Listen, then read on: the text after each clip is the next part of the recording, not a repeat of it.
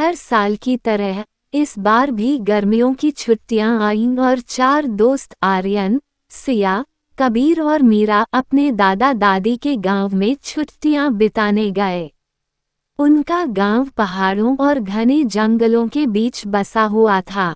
गांव के पास एक पुरानी गुफा थी, जिसे लोग समय की गुफा कहते थे। उस गुफा के बारे में कई कहानियां थीं, जिनमें से एक ये थी कि वह गुफा समय की यात्रा करा सकती है। एक दिन आर्यन, सिया, कबीर और मीरा ने फैसला किया कि वे समय की गुफा की खोज करेंगे और उसके रहस्यों को जानेंगे। वे चारों अपना सामान लेकर गुफा की ओर निकल पड़े। गुफा के पास पहुंचते ही उन्होंने देखा कि गुफा का प्रवेश द्वार बहुत ही संकरा था और अंदर से अंधेरा था। उन्होंने अपनी टॉर्च जलाकर अंदर जाने का फैसला किया। जब वे गुफा के अंदर गए तो उन्हें चारों ओर चमकते हुए क्रिस्टल दिखाई दिए। उन क्रिस्टलों की रोशनी से गुफा के अंदर का रास्ता साफ दिखाई दे रहा था। चलते चलते वे गुफा के एक बड़े कमरे में पहुंचे। वहां उन्होंने एक पुराना और रहस्यमयी पोर्टल देखा। पोर्टल के चारों ओर अजीब सी लिपियां लिखी हुई थीं। आर्यन ने कहा, ये पोर्टल हमें समय की यात्रा पर ले जा सकता है। हमें इसे आजमाना चाहिए। सभी ने सहमति जताई और पोर्टल के पास गए। जैसे ही उन्होंने पोर्टल को छुआ, वे चारों एक चमकती रोशनी में घिर गए और अचानक किसी और समय में पहुंच गए। वे एक प्राचीन गांव में थे, जहां लोग पुराने तरीकों से जीवन जी रहे थे। सिया ने कहा, हम शायद प्राचीन भारत में आ गए हैं। हमें यहाँ के लोगों से बात करनी चाहिए और जानना चाहिए कि हम यहाँ क्यों आए हैं। गांव के लोगों से मिले और उनसे बात की। गांव के लोगों ने उन्हें बताया कि इस गांव में एक प्राचीन मंदिर है, जिसमें एक गुप्त खजाना छिपा हुआ है।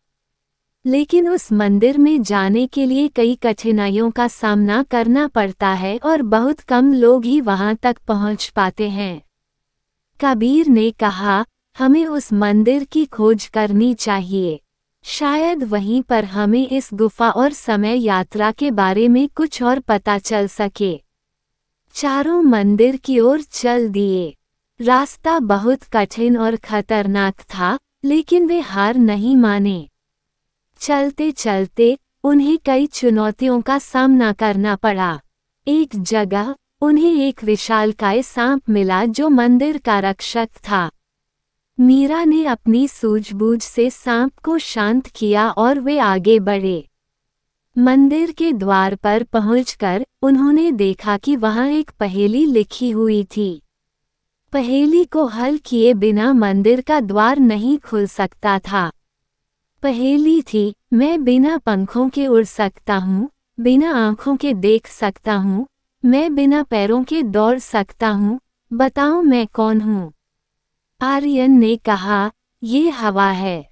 जैसे ही आर्यन ने हवा कहा, मंदिर का द्वार खुल गया और वे चारों अंदर चले गए। अंदर एक बड़ा सा कमरा था, जिसमें सोने चांदी के खजाने भरे हुए थे। लेकिन वहां एक और दरवाजा था, जो उन्हें और भी अंदर की ओर ले गया। अंदर जाकर उन्होंने देखा कि वहां एक पुरानी किताब रखी हुई है। किताब के पन्ने बहुत ही पुरानी और जर्जर हो चुकी थी। उस किताब में गुफा और समय यात्रा के बारे में लिखा हुआ था। उन्होंने जाना कि यह गुफा एक जादुई स्थान है, जो समय की यात्रा करा सकती है। लेकिन इसका उपयोग सिर्फ वही कर सकते हैं, जो दिल से साहसी और सच्चे हों। आर्यन, सिया, कबीर और मीरा ने उस किताब को ध्यान से पढ़ा और गुफा के रहस्यों को समझा। उन्होंने किताब को सुरक्षित रखा और वापस अपने समय में लौट आए। गांव के लोगों ने उनकी कहानियों को सुना और उनकी बहादुरी की तारीफ की।